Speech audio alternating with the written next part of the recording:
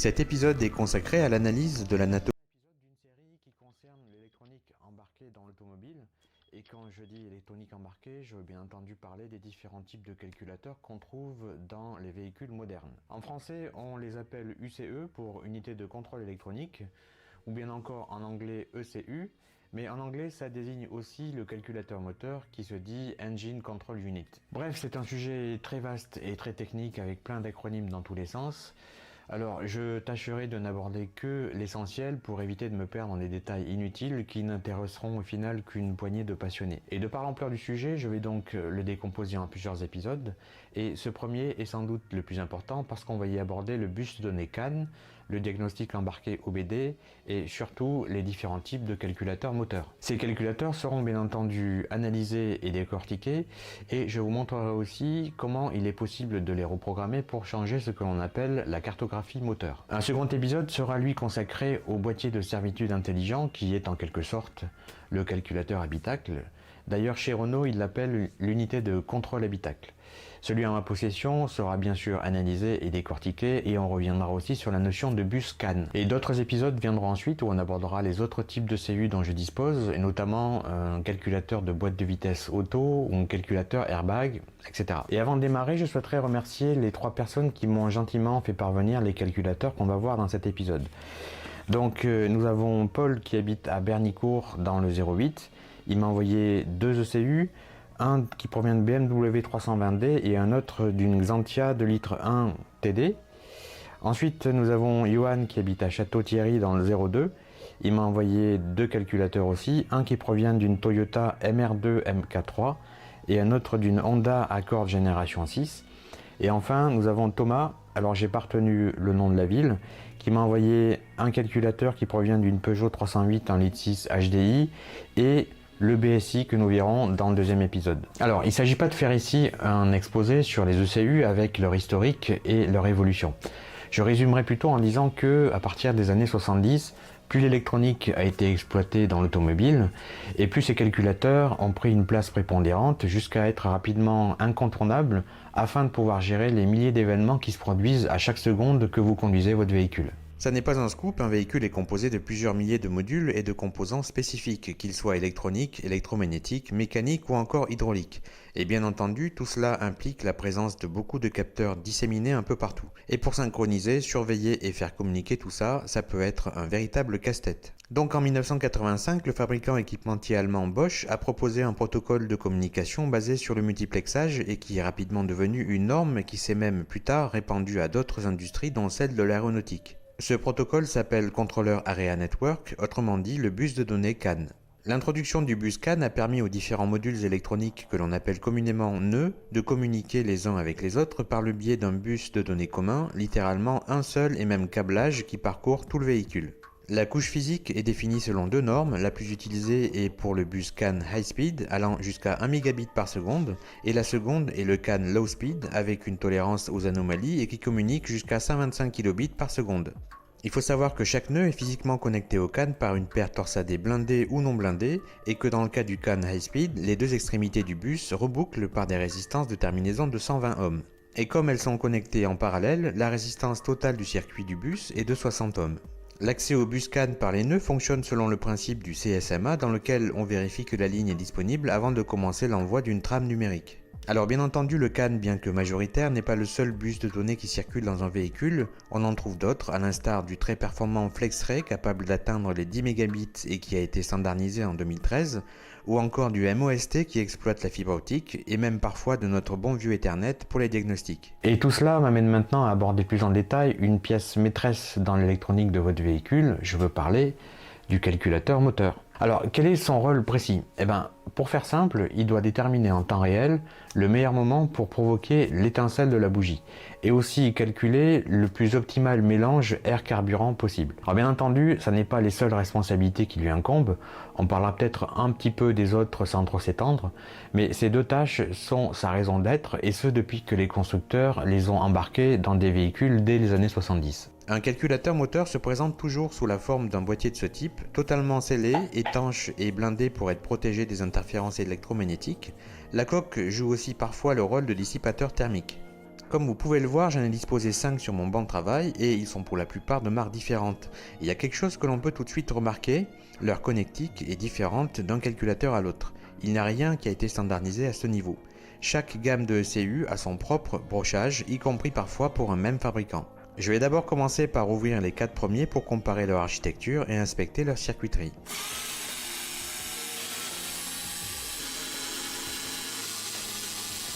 Pour avoir accès à l'intérieur, il suffit d'utiliser de l'air chaud pour ramollir le joint étanche tout en exerçant une force permettant de soulever le capot du boîtier. Et une fois que 3 des 4 côtés sont dégagés, on peut finir de l'ouvrir en soulevant progressivement le couvercle sans y aller trop brusquement pour éviter d'endommager le circuit imprimé. Bon, bien entendu, le joint en caoutchouc sera éventuellement à refaire pour rétablir l'étanchéité avant de le refermer. Voilà, les calculateurs sont ouverts, on va pouvoir les analyser en détail et les comparer. Mais avant ça, je vais vous donner une rapide explication de ce qui définit l'architecture d'un calculateur de ce type. En fait, on est tout simplement en présence d'un ordinateur en bonne et due forme. Il exécute un logiciel assez complexe dont l'objectif est triple: lire les données analogiques et numériques en provenance d'une série de capteurs disposés dans le moteur et à des endroits clés du véhicule, les analyser et en déduire les changements à adopter sous forme de signaux électriques qu'il va envoyer aux composants concernés. Et bien entendu, c'est par le bus CAN qu'il communique avec tous les autres calculateurs présents dans le véhicule. Donc, comme tout ordinateur classique qui se respecte, il est constitué d'une unité centrale, le plus souvent un microcontrôleur, de mémoire RAM pour stocker les données volatiles, de mémoire ROM dans lequel se trouve son logiciel, et de modules et contrôleurs pour gérer les entrées-sorties et les communications avec les autres calculateurs. L'unité centrale étant à base de microcontrôleur, il n'y a pas de système d'exploitation pour le faire tourner. Il s'agit d'un programme écrit en C ou C++, à l'instar de ce code source issu d'un ECU open source MegaSquirt 3. Il est compilé en langage machine et stocké dans son EPROM. Alors, contrairement aux autres calculateurs, il ne me sera pas possible de retirer facilement le circuit électronique de celui-ci, car il semblerait qu'il y ait une résine blanche solidifiée qui ressort par certains vias, comme on le voit ici, et qui maintient le circuit collé. Le problème, c'est que comme on le distingue à peine par ce trou duquel j'ai retiré le bouchon, il y a des composants sur la face intérieure, mais il ne me sera pas possible de les atteindre sans découper le boîtier, ce que je n'ai pas nécessairement envie de faire ici. Et je vais d'ailleurs commencer l'analyse électronique par celui-ci qui est le plus récent de ceux en ma possession, et je ne compte pas moins de 9 circuits intégrés sur cette face. On peut aussi voir qu'il y en a de l'autre côté, comme ceci, mais on ne pourra pas y avoir accès parce que le circuit est définitivement collé. Le microcontrôleur ici en boîtier PBGA est un Freescale de la famille MCP562 cadencé à 40 MHz, basé sur une architecture RISC 32 bits avec une unité de calcul en virgule flottante de 64 bits et 32 kilo-octets de SRAM interne. Il dispose d'une tripotée de modules pour les entrées-sorties série et parallèles, de son propre synthétiseur d'horloge, de son propre circuit de gestion de l'alimentation et peut adresser jusqu'à 4 Go de mémoire externe. Bref, c'est du lourd. On a là un premier composant spécifique de chez Bosch en boîtier SOP64 puisqu'il s'agit d'un contrôleur d'injecteur diesel dont une grande partie de ses broches sont rattachées au microcontrôleur. Il doit donc y avoir une communication série directe entre ces deux composants. Par contre, on ne trouve aucun datasheet public comme on pouvait s'y attendre. Et on passe là sur un composant qui va nous intéresser de près puisqu'il s'agit de l'EEPROM 95160 contenant les données du calculateur, et à proximité on trouve le port BDM normalement disponible sur tous les calculateurs équipés des microcontrôleurs de la famille MCP. Je vous montre ici le brochage et c'est en fait à partir de ce port que les données peuvent être lues et manipulées pour les modifier et reprogrammer le calculateur sans avoir à s'attaquer directement à l'EEPROM. Alors bien entendu, ça nécessite l'usage d'un outil comme ce boîtier BDM100 que je n'ai pas dans mon labo et d'un logiciel.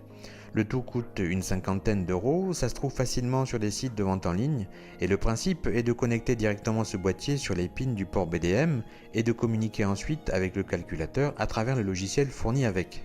Mais ça n'est pas la seule façon de s'y prendre, on peut aussi reflasher l'EEPROM et je vous montrerai ça dès qu'on aura fini le tour des composants. On passe sur un autre circuit intégré Bosch 30622 qui est le contrôleur d'alimentation du calculateur avec ses deux grosses broches latérales connectées à la masse. Et ce minuscule boîtier métallique au centre juste à côté de ce condensateur au tantal jaune est le quartz qui sert à cadencer ce 30622 à partir d'une fréquence de base. Cette fois un boîtier plus connu, c'est le TLE7209 de chez Infineon qui est un pont en H dit intelligent avec une logique 8 bits et une limite de courant de 6,6 A. Il est bâti pour le contrôle des moteurs d'essai ou pas à pas en conditions extrêmes. Encore un autre boîtier Bosch 30536 identifié comme un contrôleur d'injection de carburant. Ce petit boîtier 8 broches Analog Device est un driver avec double amplificateur opérationnel pour la paire torsadée utilisée par le bus CAN. Je note aussi que ce composant L9856 apparaît deux fois sur cette face. Il s'agit d'un circuit haute tension avec des entrées logiques CMOS TTL capables de contrôler des transistors de puissance à canal N jusqu'à 160 volts. Et avant de passer aux autres calculateurs, voici une autre façon de lire les données de celui-ci en se connectant directement à son EEPROM. Je me sers tout simplement de sondes d'analyseur logique fixées à chacune de ces broches et reliées à mon programmeur TL866 de plus. Donc à partir de son logiciel, je vais relire la mémoire de cet EEPROM qui contient les données du calculateur et la cartographie moteur. Je lance la lecture. Et voilà, c'est ultra rapide et les 2048 octets sont désormais visibles en hexadécimal et je vais pouvoir en faire un fichier binaire.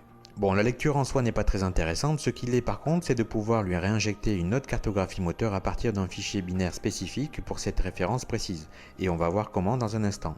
Et justement, nous voici dans un logiciel pour reprogrammer les ECU.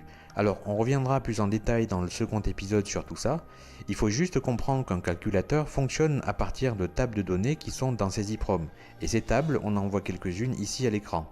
Celles-ci proviennent d'une BMW M3 de 1995. Et il y en a pour absolument tout le paramétrage du moteur, pour les avances à l'allumage, les pas de régime, le régime maxi, le turbo, l'injection, etc. Ça s'appelle la cartographie moteur.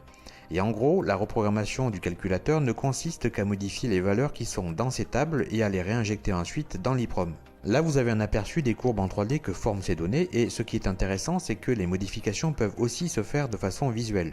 Et en pratique, à toutes ces valeurs, le logiciel du calculateur va ajouter des facteurs correctifs pour équilibrer l'ensemble. Bien entendu, il ne s'agit pas de modifier les valeurs n'importe comment ou de façon incohérente, les risques ne sont pas négligeables, on parle là du comportement global du moteur en activité. Passons au second calculateur Bosch qui provient d'une ancienne BMW 320D, le CPU est ce gros boîtier de 68 broches qui répond à la référence SCL 4410, mais dont je n'ai trouvé aucun datasheet public. On a là son quartz qui le cadence à une fréquence que l'on vérifiera dans un instant sur l'oscillo. Juste à côté, ces deux circuits intégrés ne sont autres que deux masques ROM AMD qui contiennent le logiciel qu'exécute ce CPU. La première contient les octets de poids fort et la seconde les octets de poids faible. Ce composant Intel en boîtier PLCC de 44 broches est le contrôleur dédié au protocole CAN 2.0. Encore un chip Bosch à la référence 30377 qui n'a aucune information publique. Même punition pour ce circuit Infineon, aucune référence trouvée, mais il a besoin de ce quartz pour le cadencer, donc ça peut être un microcontrôleur ou un ASIC. Et enfin, on a deux boîtiers Bosch 30381 signés de la 40e semaine de 1999, dont la seule chose que je sais, c'est que ce sont des contrôleurs d'injection de moteur diesel. Et enfin, ce composant Infineon TLE4216 est un sextuple commutateur de puissance contrôlé par des signaux TTL en entrée. Et dans cette partie se trouve la régulation de tension locale ainsi que la gestion de l'alimentation des circuits intégrés. Je vais tenter une petite expérimentation. J'ai pu déterminer les broches pour l'alimenter en 12 volts ainsi que celle du bus ISO qui permet de communiquer avec lui via le protocole OBD. En revanche, je n'ai pas pu déterminer l'entrée de son bus CAN, donc on s'en passera pour l'expérience. Donc je soude les fils directement sur son circuit pour que ça soit plus pratique. Ceux d'entre vous qui ont vu ma vidéo sur les boîtiers foireux Echo et Nitro OBD vont en rigoler, mais j'en ai récupéré un de ma poubelle pour faire ce petit montage qui va me permettre de sonder les signaux qui passent par ce connecteur OBD entre l'ULM327 et le calculateur. Alors pour résumer, le calculateur est alimenté par les câbles orange que vous voyez là. Le bus ISO-K passe par ce fil blanc où j'ai plugué la sonde de mon oscilloscope. J'ai récupéré la masse à l'une des bornes de ce condensateur de découplage, et les points CAN High, CAN Low et ISO L sont en l'air puisque je ne m'en servirai pas ici.